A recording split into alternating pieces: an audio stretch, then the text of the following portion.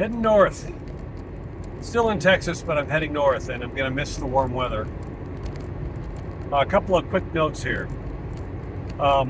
It's the weekend of whenever this video posts, but it's the weekend after the Hamas invading Israel, which is something I'll talk about a bit later. But there's a narrative being pushed in many ways, and one of the narratives coming out, I forget the guy's name, but he was at the European Council this last week talking about NATO expansion was the reason Putin. He acknowledged that NATO expansion over the years and trying to push NATO was the main reason Putin invaded Ukraine.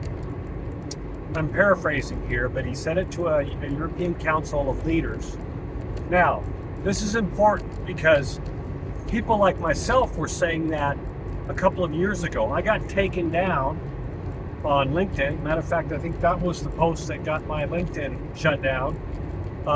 I've been taken down on YouTube and on Facebook for saying exactly that thing, because all you have to do is research and not follow the narrative. And if you go back and look in history, you see that Putin was warning over and over and over NATO about encroaching on Russia, and he is a patriot for Russia first and foremost, no matter what you think of him, and he's going to protect his country and people.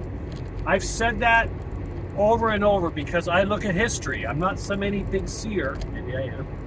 And so now they're starting to acknowledge that. So something is shifting in the narrative that the mainstream media is doing. Keep an eye out to that. And the other thing is, I want to point out is what is going on with Biden regime's 180 reversal on building the wall down in Mexico. There's so many reasons on the southern border. I mean, it's a good thing.